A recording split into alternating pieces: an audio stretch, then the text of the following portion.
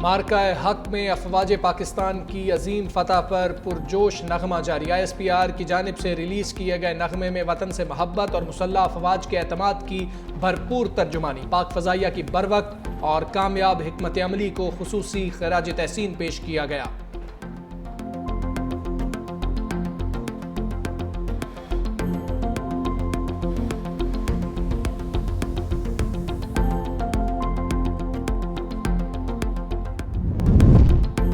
ICC نے 10ویں women's T20 world cup کے schedule کا اعلان کر دیا۔ ورلڈ کپ آئندہ سال 12 جون سے انگلینڈ میں کھیلا جائے گا۔ پاکستان عالمی ایونٹ میں آسٹریلیا، جنوبی افریقہ، بھارت اور 2 کوالیفائڈ ٹیمز کے ساتھ گروپ 1 میں شامل ہے۔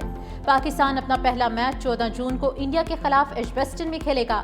ICC women's T20 world cup کا فائنل 5 جولائی کو لارڈز میں کھیلا جائے گا۔